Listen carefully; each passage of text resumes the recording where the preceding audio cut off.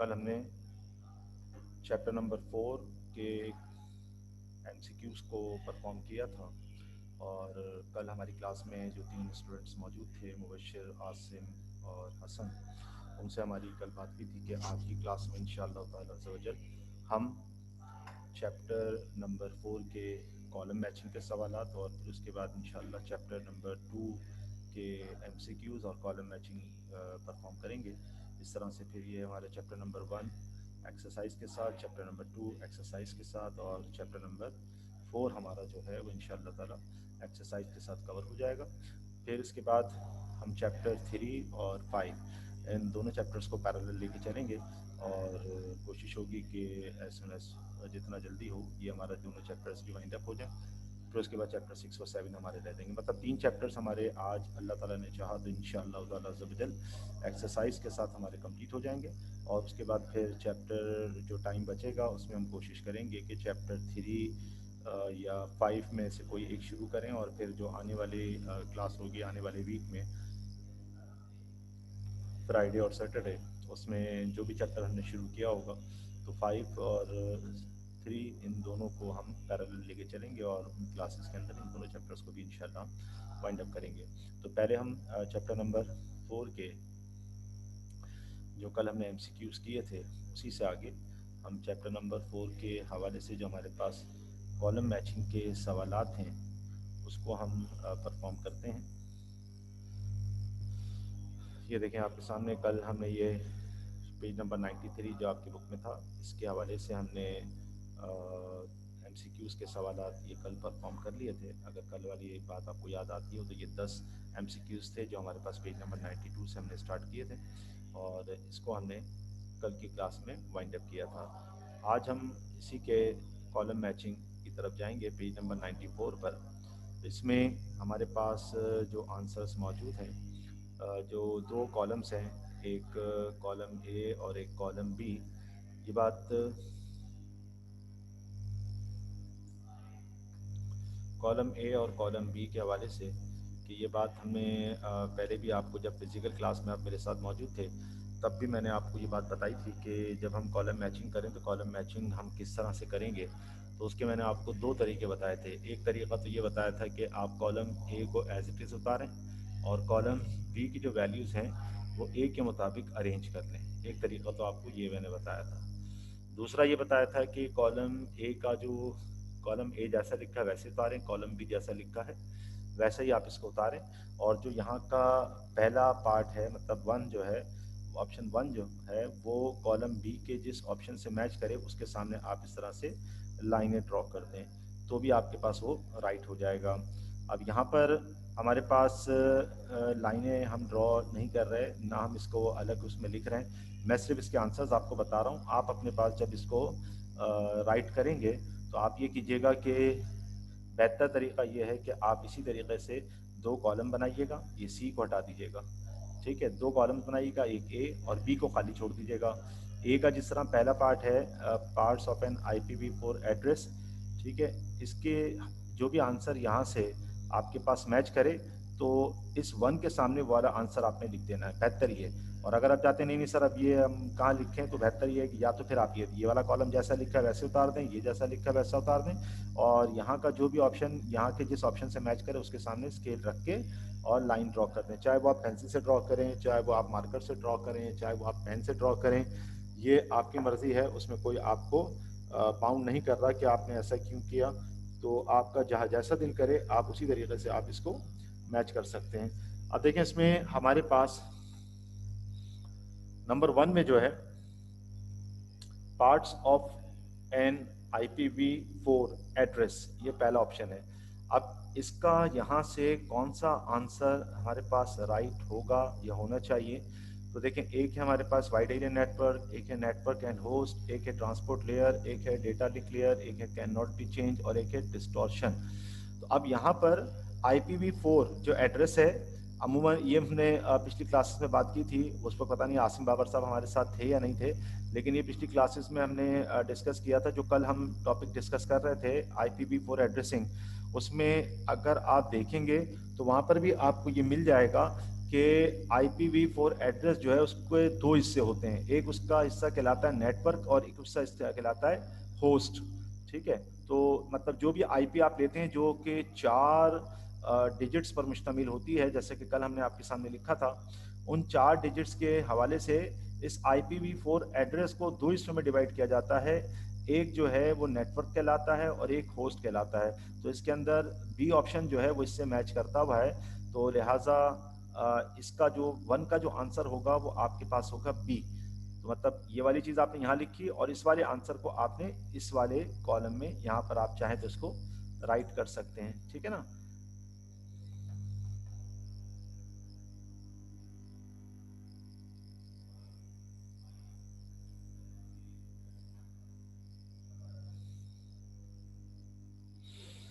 तो पहले का रिजल्ट हमारे पास हो गया नेटवर्क एंड होस्ट, क्लियर है। नंबर 2 पर हमारे पास है फिजिकल एड्रेस।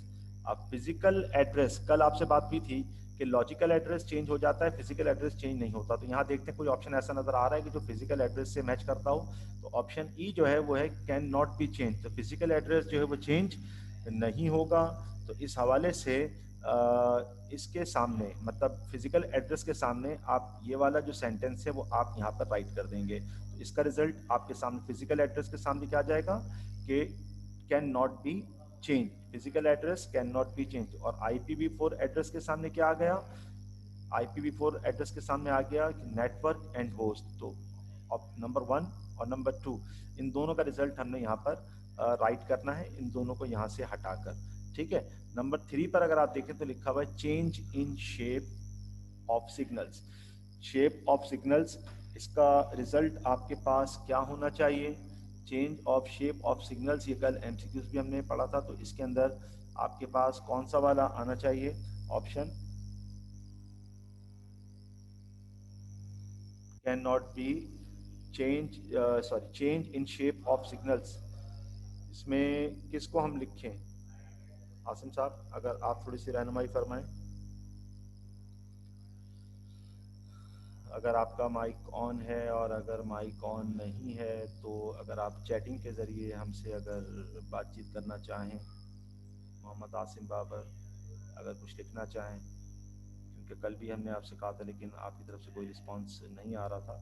क्लास में तो माशाल्लाह आप बोला करते थे, यहाँ पता नहीं क्या प्रॉब्लम है आपके साथ, ना माइक आपका ऑन होता है ना आप चैटिंग पर हमारे साथ आते हैं। खैर एनीवे, मैं इसका रिज़ल्ट भी आपको बता देता हूँ। इसका रिज़ल्ट आपके पास होगा डिस्टॉर्शन।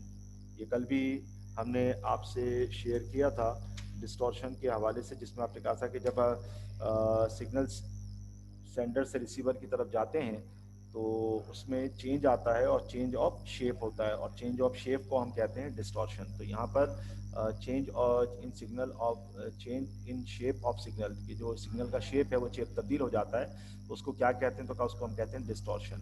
तो तीसरे का आंसर आपके पास ये डिस्टॉर्शन होगा, मतलब इसके सामने आप ये डिस्टॉर्शन लिखेंगे। ठीक है।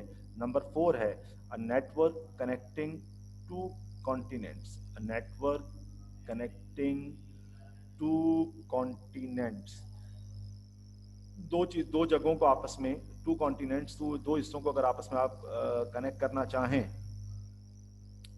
तो उस सूरत में दो कॉन्टिनेंट्स मतलब दो कंट्रीज हो गई, या दो आपके पास सूबे हो गए, या दो आपके पास शहर हो गए, दो कॉन्टिनेंट आपस में कनेक्ट हों तो किसके ज़रिए होंगे, तो क्या वो लैन के ज़रिए, मैन के ज़रिए या वैन के ज़रिए। का लैन जो है वो तो शॉर्टेस्ट डिस्टेंस पे काम करता है, मैन जो है एक इलाके से दूसरे इलाके पे काम करता है, और वैन जो है वो city to city, province to province और कंट्री टू कंट्री। मतलब दो कॉन्टिनेंट्स अगर हम एक दूसरे से ज्वाइंट करना चाहें तो जिस नेटवर्क की हमें ज़रूरत पड़ेगी वो होगा वैन, वाइड एरिया नेटवर्क। मतलब 4 के सामने यहाँ से डेटा लिंक लेयर हट जाएगा और उसकी जगह पर यहाँ पर आ जाएगा वैन। ठीक है, ये भी हमारा कवर हो गया। नंबर 4 हो गए।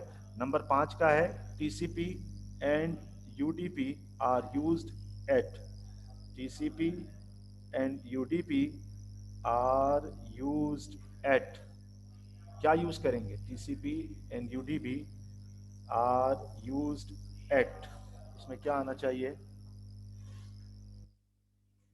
अब दो चीज़ें हमारे पास रह गई, एक रह गया ट्रांसपोर्ट लेयर और एक रह गया डेटा लिंक लेयर। तो TCP के सामने हमारे पास क्या आना चाहिए, तो इसके सामने हमारे पास आना चाहिए transport layer, TCP and UDP. ये हमारे शॉर्ट लिस्ट सिलेबस में नहीं है, तो इस वजह से उस आप क्लास अटेंड की हो ना की हो, ये चीज़ हमने पहले किसी भी लेक्चर में डिस्कस नहीं की थी, वजह कि शॉर्ट लिस्ट सिलेबस में ये टॉपिक हमारे पास शामिल नहीं था। खैर, आप इसको यहाँ पर शेयर कर लें, अपने पास राइट कर लें कि TCP and UDP are use at इस कॉलम, इस सामने वाले बॉक्स में आपके पास आएगा ट्रांसपोर्ट लेयर, ये आपके पास यहाँ पर आ जाएगा। और छठा है in OSI model the layer responsible to decide the format of data. ये भी आपके पास जो है वो आपके शॉर्ट लिस्ट सिलेबस में नहीं है। अब इसमें जो बच गया वो है डेटा लिंक लेयर, तो ये चीज़ आप यहाँ पे लिख देंगे।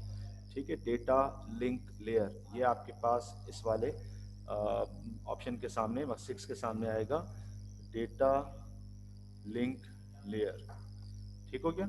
तो ये कॉलम मैचिंग का जो पोर्शन है चैप्टर नंबर 4 का, ये हमारा अल्हम्दुलिल्लाह कवर हो गया। इस तरह से चैप्टर नंबर 4 की एक्सरसाइज जो है वो हमारी कंप्लीट हो गई, जिसमें हमने कल MCQs किए। आज हमने इसके अंदर कॉलम मैचिंग के सवालात भी कर लिए। कॉलम मैचिंग के हवाले से मैंने आपको इसके आंसर्स मार्क करवा दी कि पहले का क्या होगा, दूसरे का क्या होगा, तीसरे का, चौथे का, पाँचवें का और छठे का। और मैंने आपसे कहा चाहे आप लाइनें ड्रॉ कर दें, जिस तरह आप ये IPv4 एड्रेस है, तो अब ये किससे अटैच हो रहा था, तो ये नेटवर्क से। तो आप चाहें तो यहाँ से स्केल रखकर इसके सामने दोनों के दरमियान लाइन ड्रॉ कर दें, और चाहें तो इस वाले ऑप्शन को ऐसे ही रहने दें और इसको यहाँ से उठाकर ऊपर ले जाएं। मतलब कॉलम ए के ऑप्शन एज इट इज़ रहें और कॉलम बी जो है ए के मुताबिक आप शफल कर दें, या कॉलम ए जैसा लिखा है वैसे ही लिखा रहे, बी जैसा लिखा है वैसे लिखा रहे, और उसमें आप उनके आंसर्स को कॉलम ए और कॉलम बी का जो भी आंसर मैच कर रहा हो उनके दरमियान आप स्केल रखकर लाइन ड्रॉ कर दें, चाहे पेंसिल, चाहे पेन, चाहे पॉइंटर, चाहे मार्कर, जिससे भी आपका दिल करता है। ठीक है जी। तो ये हमारा चैप्टर 4 कंप्लीट हो गया विद एक्सरसाइज। इसके सवालात, मतलब इसके जो नोट्स हैं वो इंशाल्लाह आपको कोचिंग से मिल जाएंगे। कोचिंग में आप फ़ोन करके कंफर्म कर दीजिएगा कि चैप्टर 4 के नोट्स, इस तरह से चैप्टर 1 और चैप्टर 2 के नोट्स भी इंशाल्लाह आपका कोचिंग आपको प्रोवाइड कर देगा, क्योंकि वो नोट्स आपके कोचिंग में अवेलेबल हैं। आप अपने कोचिंग में सर सुहेल अहमद खान से मालूम कर लीजिएगा कि वो नोट्स कब और किस तरह से आपको दिए जाएंगे। तो चैप्टर 1 और chapter 2 according to new book आप नोट्स जो हैं अपने कोचिंग से सर सुहेल से फ़ोन पर बात करके, सुहेल अहमद खान से फ़ोन पर बात करके आप नोट्स के बारे में पूछिएगा। और चैप्टर 4 की भी इंशाल्लाह जल्द अज जल्द आपको इसके नोट्स भी प्रोवाइड कर दिए जाएंगे, तो अकॉर्डिंग टू न्यू बुक।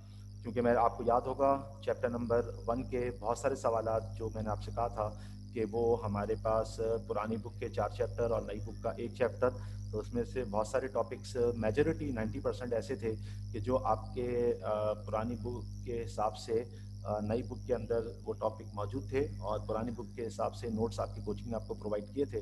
तो उसमें से मेजॉरिटी टॉपिक जो है वो तो आपके कवर हो गए थे। अब उसमें से कुछ टॉपिक ऐसे थे जो आपके पास पुरानी बुक के हिसाब से पुराने नोट्स जो आपके आदम जी वालों ने आपको प्रोवाइड किए थे, कोचिंग वालों ने, उसमें वो टॉपिक्स मौजूद नहीं थे। तो मैंने वो आपसे कहा था कि वो मैं आपको या तो बुक से मार्क करवा दूंगा या फिर आपको उसके नोट्स प्रोवाइड कर दूंगा। तो उसके नोट्स बना दिए गए हैं, तो वो आप चाहें तो अपने कोचिंग से कांटेक्ट करके चैप्टर 1 के रिमेनिंग क्वेश्चंस जो आपके नई बुक के मुताबिक हैं और पुरानी बुक के जो नोट्स आपको मिले हुए हैं उसके अंदर उनका वो टॉपिक्स नहीं हैं, तो वो आप वहाँ से ले लीजिएगा। फिर आप मुझसे चाहे तो कोचिंग में मुलाकात कर लीजिएगा, चाहे आप मेरी इस क्लास के अंदर ऑनलाइन नोट सामने रखकर मुझसे डिस्कस कर लीजिएगा, तो मैं आपको समझा दूंगा कि आपने काम किस तरीके से परफॉर्म करना है। तो चैप्टर 1 और चैप्टर 2 इसके नोट्स आपको इंशाल्लाह कोचिंग से हाल फिलहाल अवेलेबल हो जाएंगे, और 4 पे इंशाल्लाह काम चल रहा है, जैसे कंप्लीट हो जाएंगे तो वो भी आपको चैप्टर नंबर 4 के भी नोट्स दे दिए जाएंगे इंशाल्लाह ताला अज़्ज़ व जल। तो बहरहाल 4 हमारा कंप्लीट हो गया है, लेकिन इसके नोट्स आपको कुछ दिनों में इंशाल्लाह आने वाले वीक तक वो भी आपको मिल जाएंगे। और चैप्टर 1 हम कंप्लीट कर चुके थे, उसकी एक्सरसाइज भी हमारी फिजिकली कोचिंग में कंप्लीट हो गई थी। 2 हम कंप्लीट कर चुके थे, लेकिन उसकी एक्सरसाइज हमारी बाकी थी, तो आज उसकी भी एक्सरसाइज हम कर लेते हैं, ताकि 2 भी जो है हमारा एक्सरसाइज के हिसाब से कवर हो जाए। उसके MCQs और उसके MCQs के साथ साथ कॉलम मैचिंग के सवालात जो हैं वो भी आपके, कोशिश ये है कि वो भी आपके कवर हो जाए, ताकि आपका जो है 1, 2 और 4 एक्सरसाइज के साथ कवर हो जाए। और नोट्स के हिसाब से जहाँ तक है तो 1 और 2 के नोट्स आपको इंशाल्लाह ताला कोचिंग से मिल जाएंगे। कुछ मिल चुके हैं पुरानी बुक के हिसाब से, जो पुरानी बुक में भी टॉपिक थे नई बुक में भी थे, तो वो नोट्स आपके पास हैं। लेकिन जो सिर्फ नई बुक के अंदर टॉपिक हैं चैप्टर 1 के, वो आपके नोट्स के अंदर लिख दिए गए हैं, वो नोट्स आपको इंशाल्लाह कोचिंग से अवेलेबल होंगे। तो चैप्टर नंबर 2 के एमसीक्यूज और चैप्टर नंबर 2 के कॉलम मैचिंग में जाते हैं। तो उस हिसाब से फिर हमारा चैप्टर नंबर 2 जो है वो भी इंशाल्लाह ताला आज हम कोशिश करेंगे कि वो भी हमारा वाइंड अप हो जाए। तो चैप्टर नंबर 2 पे चलते हैं और देखते हैं कि चैप्टर नंबर 2 के जो हमारे पास नोट्स हैं, जो एमसीक्यूज हैं, उस हवाले से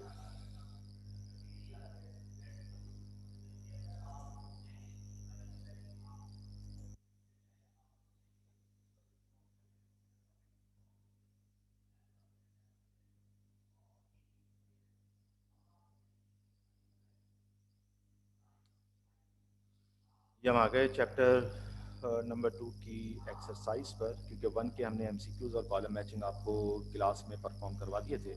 आज हम चैप्टर नंबर 2 के एमसीक्यूज और उसके कॉलम मैचिंग के सवालात परफॉर्म करते हैं इंशाअल्लाह ताला। इसके साथ हमारा अल्लाह ताला ने चाहा तो आज चैप्टर जो है वो हमारा वाइंड अप हो जाएगा। तो बहरहाल चैप्टर नंबर 2 पेज ऑन 43 इसको हम परफॉर्म करने जा रहे हैं।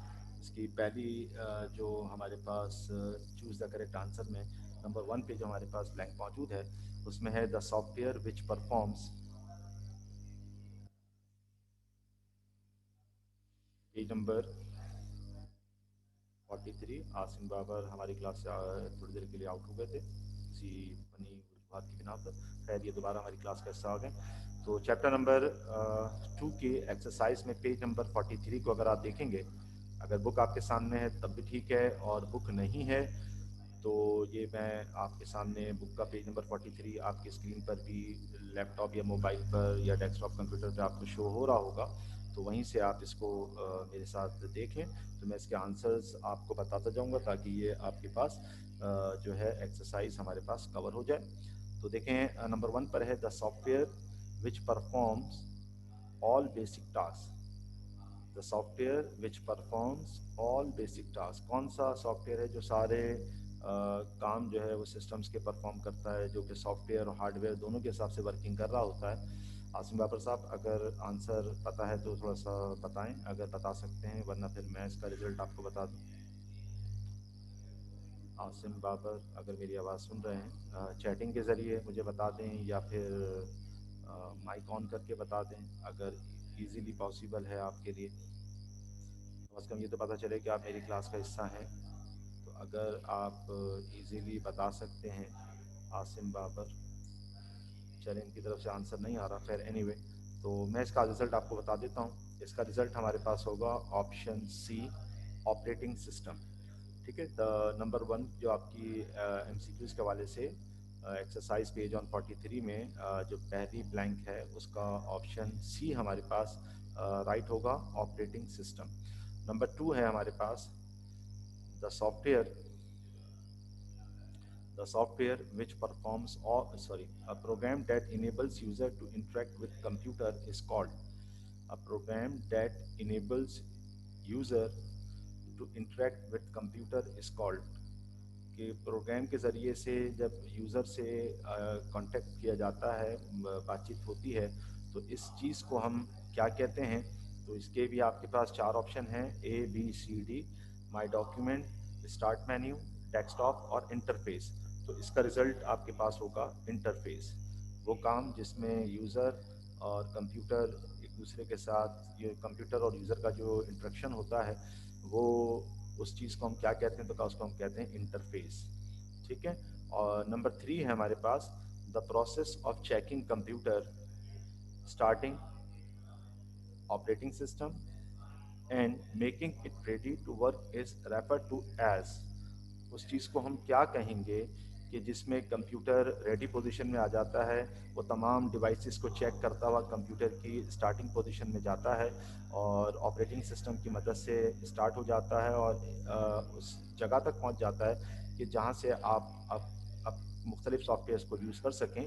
तो ये जो प्रोसेस है कि जिसमें कंप्यूटर स्टार्ट हो रहा है और स्टार्ट होकर डेस्कटॉप स्क्रीन तक पहुंचता है ताकि यूज़र जो है वो एप्लीकेशन रन कर सके, तो इस प्रोसेस को जिसमें ऑपरेटिंग सिस्टम की मदद से सिस्टम जो है स्टार्टिंग मोड में आता है, उसको हम कहते हैं बूटिंग। ठीक है, इस ऑप्शन को हम कहते हैं बूटिंग। तो नंबर 3 का रिजल्ट होगा हमारे पास ऑप्शन बी, बूटिंग। ओके, उसके बाद नंबर 4 के अंदर the number of users that can access the resource simultaneously on a multi-user operating system is या आर।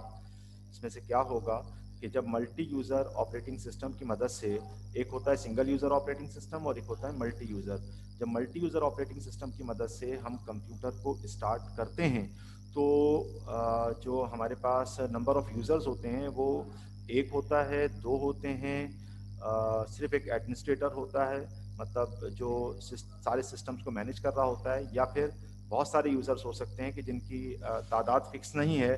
तो जवाब यहाँ पर आएगा कि मैनी, कि एक से ज़्यादा, एक नहीं, अगर सिंगल यूज़र होता तो एक यूज़र उसके साथ अटैच होता, और मल्टी यूज़र है तो उसमें एक से ज़्यादा होंगे। तो अब अगर हम यहाँ पे कहते हैं कि भाई दो, तो एक से ज़्यादा ही हैं, लेकिन वो तो दो भी हो सकता है, लेकिन दो में तीन भी तो आ सकता है, चार भी तो आ सकता है, पाँच भी तो आ सकता है, छः भी तो आ सकता है। मतलब इसमें हम यहाँ पर अगर ये वर्ड मैनी इस्तेमाल करेंगे तो ये ज़्यादा बेहतर हो जाएगा कि इसमें तादाद फिक्स नहीं होगी कि जिसके अंदर एक से ज़्यादा, आप एक से ज़्यादा कितने भी आ जाएं। तो तादाद अगर सिंगल यूज़र होता तो फिर तो हम कहते हैं कि 1, लेकिन मल्टी यूज़र है तो फिर हम यहाँ पर फिक्स नहीं करेंगे, बल्कि इसमें हम एक से ज़्यादा के अंदर जितने भी चाहें इसमें यूज़र से कनेक्ट हो सकते हैं, जितने भी सिस्टम चाहें इसके साथ कनेक्टेड हो सकते हैं। तो इस वजह से इसका ऑप्शन हमारे पास सी जो है वो राइट होगा। नंबर 4 का रिजल्ट होगा हमारे पास ऑप्शन सी, मतलब मैनी यूज़र्स कनेक्टेड हो सकते हैं अगर आपने अपने कंप्यूटर को मल्टी यूज़र ऑपरेटिंग सिस्टम से स्टार्ट किया। इसके बाद नंबर 5 क्या कह रहा है? नंबर 5 हमारे पास है कि which management controls the dynamic allocation and deallocation of processor, memory etcetera. तो मुख्तलिफ जिसमें डायनेमिक एलोकेशन और डी एलोकेशन जो है मैनेजमेंट के हवाले से जो कंट्रोलिंग है ये प्रोसेसर की और मेमोरी की और मुख्तलिफ चीज़ों की, इसको हम क्या कहते हैं? तो इस मैनेजमेंट को हम कहते हैं रिसोर्स मैनेजमेंट। ये हमारे पास कहलाता है रिसोर्स मैनेजमेंट। ऑप्शन ए इसका हमारे पास राइट होगा। ठीक है, इसी तरीके से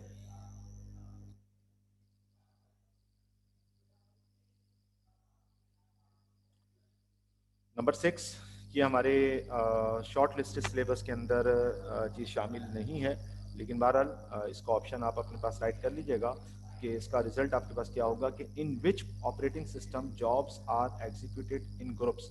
जो ग्रुप्स में हमारे पास जॉब्स जा रही होती हैं ऑपरेटिंग सिस्टम के हवाले से, तो ऐसी प्रोसेसिंग कि जिसमें एक से ज़्यादा यूज़र्स एक दूसरे के साथ कनेक्टेड हैं और सिस्टम से एक दूसरे को डेटा भेज रहे हैं, तो वो प्रोसेसिंग कहलाती है बैच प्रोसेसिंग। ठीक है, वो प्रोसेसिंग हमारे पास कहलाती है बैच प्रोसेसिंग। तो इसका रिजल्ट हमारे पास होगा ऑप्शन, हमारे पास इसका रिजल्ट आ जाएगा 6 का सी, ऑप्शन सी इसका करेक्ट आंसर होगा।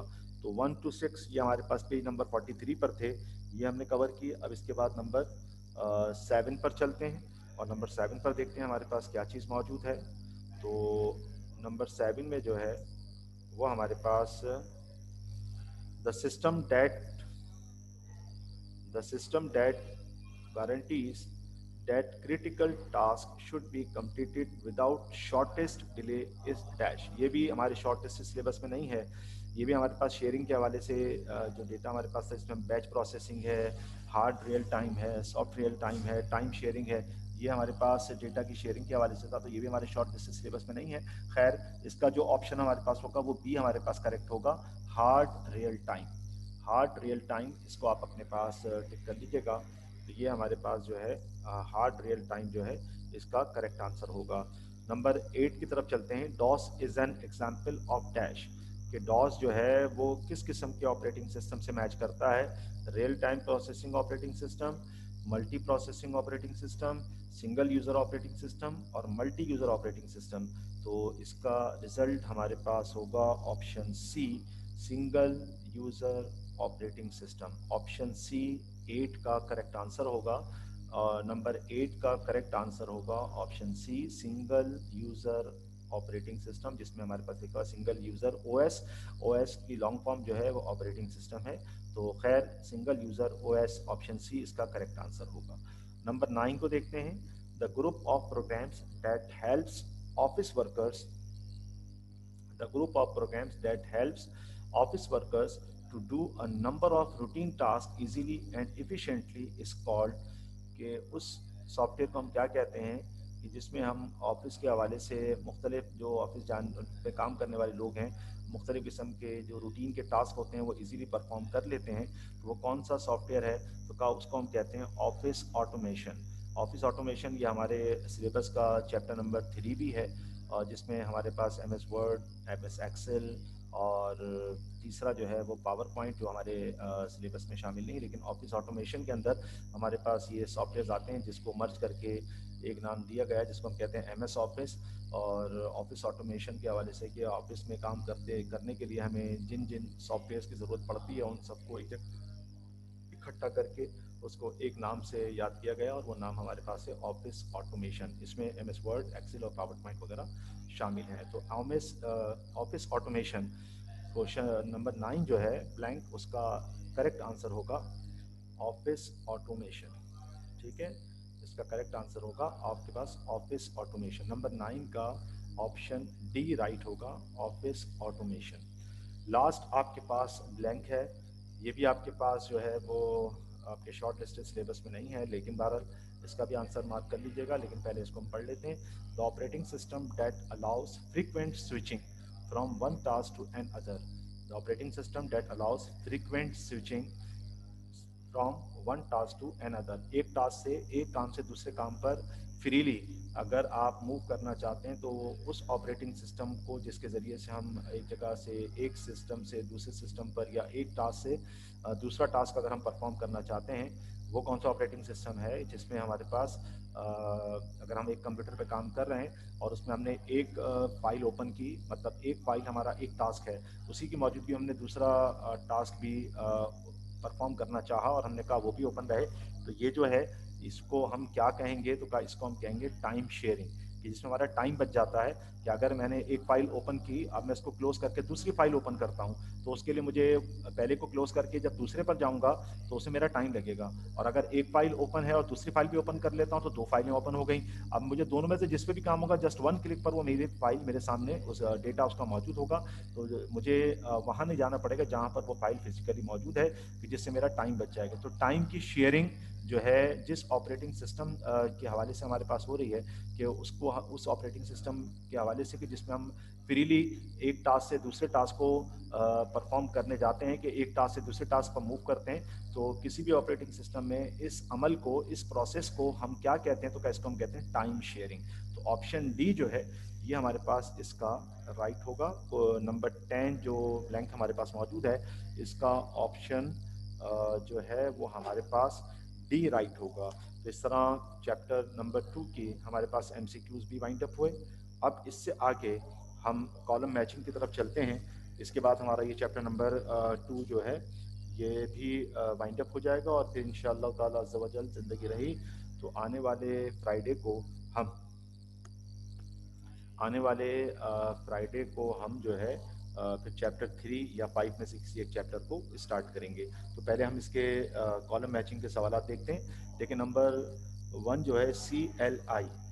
अब CLI और GUI ये दो तरह के हमारे पास इंटरफेस हैं जिसके ज़रिए से हम वर्किंग करते हैं। अगर आपको याद आता हो तो मैंने CLI और GUI दोनों के बारे में आपसे फिज़िकल क्लास में भी डिस्कस किया था, कि CLI कमांड लाइन इंटरफेस और GUI ग्राफिकल यूज़र इंटरफेस।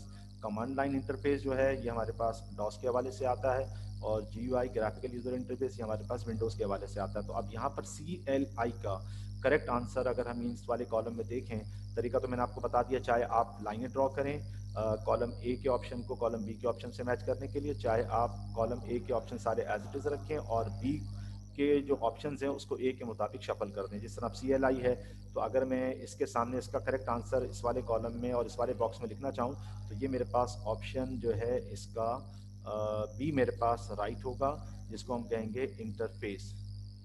ठीक है, इसका बी ऑप्शन जो है वो हमारे पास राइट होगा, और ये हमारे पास ऊपर आ जाएगा। ये आसिम बाबर ने मेरे साथ आंसर आई थिंक शेयर किए हैं।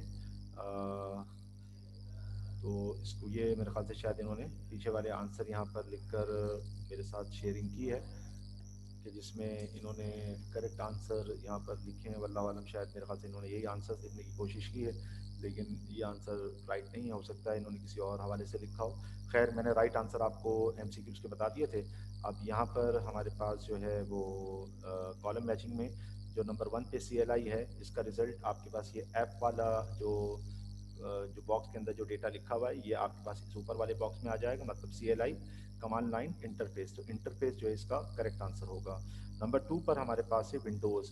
अब विंडोज़ के हवाले से कि विंडोज़ का आंसर हमारे पास क्या होना चाहिए, तो देखें इसमें हमारे पास जो ऑप्शंस हैं उसमें टाइम बाउंड ऑपरेटिंग सिस्टम है, ऑफिस ऑटोमेशन है, फंक्शन ऑफ ऑपरेटिंग सिस्टम है, ऑपरेटिंग सिस्टम है, a job to be perform by the system. तो ये ऑप्शन डी जो है इसको आप अपने पास करेक्ट कर लीजिएगा। ऑप्शन डी इसका करेक्ट आंसर होगा, ऑपरेटिंग सिस्टम। विंडोज़ के सामने हम ये लिखेंगे ऑपरेटिंग सिस्टम। नंबर 3 पर है हमारे पास प्रोसेस। प्रोसेस जो है उसका रिजल्ट आपके पास क्या होगा, तो इसमें देखें ऑफिस ऑटोमेशन प्रोसेस में आ नहीं सकता, और विंडोज़ के सामने भी ऑफिस ऑटोमेशन नहीं आ सकता, क्योंकि ऑफिस ऑटोमेशन में वर्ड, एक्सेल, पावर पॉइंट वगैरह इस तरह चीज़ें आती हैं। तो ये इसमें था नहीं ऑप्शन, तो विंडोज़ का ऑप्शन हमारे पास मैंने क्या बताया, ऑपरेटिंग सिस्टम। नंबर 3 में हमारे पास है प्रोसेस। अब प्रोसेस का ऑप्शन इसमें हमारे पास क्या होना चाहिए, तो देखें टाइम बाउंड ऑपरेटिंग सिस्टम, ये तो हो नहीं सकता, ऑफिस ऑटोमेशन में नहीं हो सकता, function of operating system, function of operating system, और ये भी नहीं है, ऑपरेटिंग सिस्टम भी नहीं है, job to be perform by the system. Job to be perform, process का मतलब कोई भी काम आपने कंप्यूटर को दिया, तो कंप्यूटर ने उसको परफॉर्म करके, जो भी जॉब थी, जो भी काम आपने दिया वो आपकी वो जॉब थी जो कंप्यूटर ने परफॉर्म करनी थी, उसको परफॉर्म करके उसने आपको दिया, और किसकी तरफ से परफॉर्म हुई, सिस्टम मतलब कंप्यूटर की तरफ से। तो प्रोसेस के सामने ये आपके पास ई वाला जो बॉक्स में आंसर है, ये आपके पास यहाँ पर 3 के सामने इस वाले बॉक्स में आ जाएगा। नंबर 4 में लिखा हुआ है MS एक्सेल। तो MS एक्सेल जो है वो आपके पास ऑफिस ऑटोमेशन के सामने आना चाहिए, मतलब ऑफिस ऑटोमेशन जो है इस, या तो आप यहाँ से लाइन ड्रॉ कर दें, या फिर ऑफिस ऑटोमेशन को यहाँ पर आप MS एक्सेल के सामने लिख दें।